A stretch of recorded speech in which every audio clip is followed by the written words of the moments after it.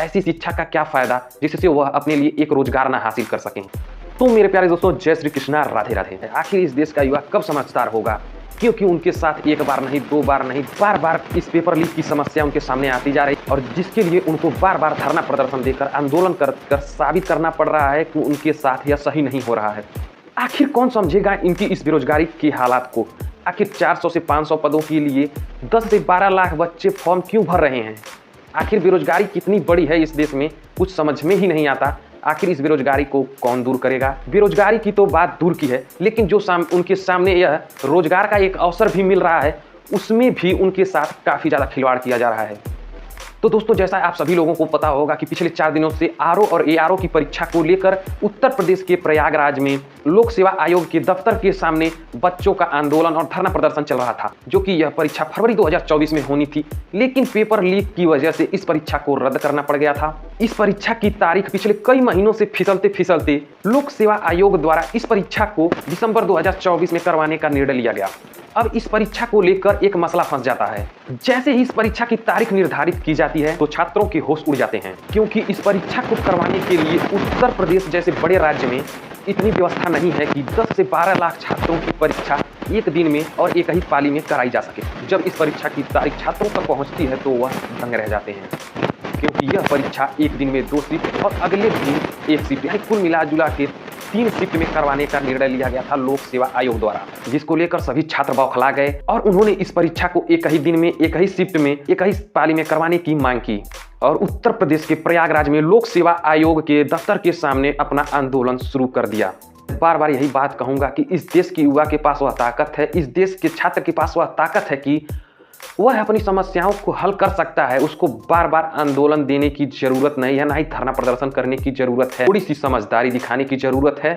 और मैं ऐसा क्यों कह रहा हूँ, क्योंकि मुझे भी पता है यह बहुत बड़ी समस्या है, क्योंकि देश में आज जितनी बड़ी बेरोजगारी की समस्या है और छात्रों के सामने जो बार बार यह पेपर लीक की समस्या आती जा रही है, क्योंकि उनका विश्वास कहीं ना कहीं इस शिक्षा पर से उठता जा रहा है कि ऐसी शिक्षा का क्या फायदा जिससे वह अपने लिए एक रोजगार ना हासिल कर सकें। आखिर कौन दूसरा आएगा उनकी इन समस्याओं को सुनने के लिए।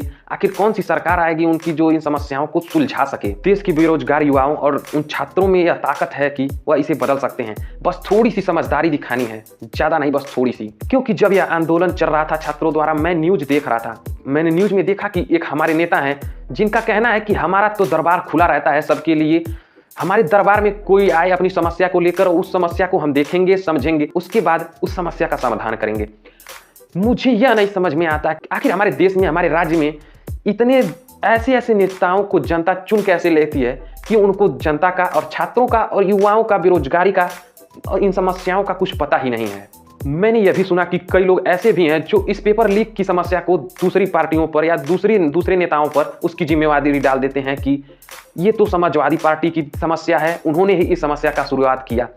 अरे भाई, किसने शुरुआत किया, किसने नहीं किया, इस बातों पे बहस करने से अच्छा है पिछले 7 सालों से एक ही पार्टी सत्ता में है, आखिर इस समस्या को वह क्यों नहीं कम कर पाई कि इस पेपर लीक की समस्या को कम कर सके, बल्कि यह समस्या कम ना होकर और ज्यादा ही हो गई है। मेरी यह वीडियो उन युवाओं तक जरूर पहुंचाएं जो भी इस समस्याओं से जूझ रहे हैं, या बेरोजगारी से जूझ रहे हैं, या इस पेपर लीक की समस्या से जूझ रहे हैं। उनके पास मात्र एक चांस है। मैं ऐसा क्यों कह रहा हूं कि यह समस्या पूरे देश की है, लेकिन मैं सिर्फ एक राज्य की अभी बात करूंगा। बस मैं इतना ही कहूंगा कि शुरुआत बस एक कदम से करिए, आगे चलकर मुकाम हासिल हो ही जाएगा।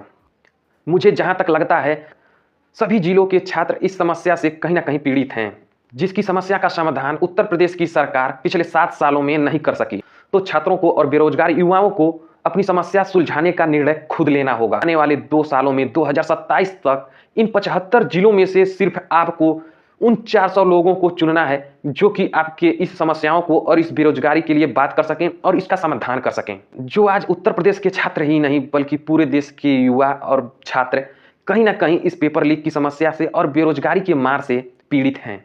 यह सब सिर्फ एक झटके में बदल सकता है अगर आप थोड़ा सा भी दिमाग लगाएंगे तो। उत्तर प्रदेश के जितने भी छात्र हैं, जो भी बेरोजगार युवा हैं, बस उनको 2027 का इंतजार करना होगा। उसके बाद अपने घर वालों से लेकर अपने रिश्तेदारों तक सिर्फ आपको समझाना और मनाना होगा कि और उनको यह भी समझाइए कि वह उन्हीं 400 लोगों को अपना विधायक चुने जो आपके बच्चों के भविष्य के लिए काम करे, जो आपके बच्चों की भविष्य की बात करे, उनकी शिक्षा की बात करे और उनकी शिक्षा व्यवस्था की बात करे और देश की उन्नति की और राज्य की उन्नति की बात करे। और एक बात का और ध्यान रखना होगा कि इसमें हर चेहरा नया होना चाहिए, ताकि आगे चलकर यह ना देखना पड़े कि समस्याएं जैसे कि तैसे ही रह गईं। इसलिए डरना छोड़ो, सशक्त युवा बनो, क्योंकि हम अपनी समस्याओं का समाधान खुद कर सकते हैं। दूसरों पर निर्भर रहना छोड़िए, कोई आपके लिए कुछ नहीं करेगा। आप लोगों को आपस में मिलजुल कर यह फैसला लेना ही पड़ेगा कि ग्राम प्रधान से लेकर मुख्यमंत्री तक लगभग 60,000 के करीब ही चेहरे होंगे जो कि 24 करोड़ जनता को कंट्रोल करते हैं और इनको अपने हाथों की कठपुतली बना करना चाहते हैं। तो आप सभी लोग खुद समझदार हैं। मेरा अपील है इन छात्रों से और बेरोजगार युवाओं से कि उत्तर प्रदेश में 24 करोड़ की आबादी में से सिर्फ आपको 60,000 ऐसे चेहरे ढूंढने होंगे जो कि आपकी समस्याओं का समाधान कर सके। मैं 60,000 चेहरों की बात क्यों कर रहा हूं?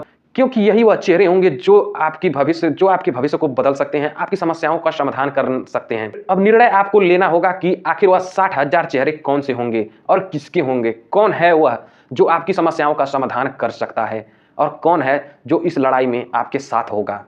तो वीडियो को लास्ट तक देखने के लिए धन्यवाद। जय हिंद।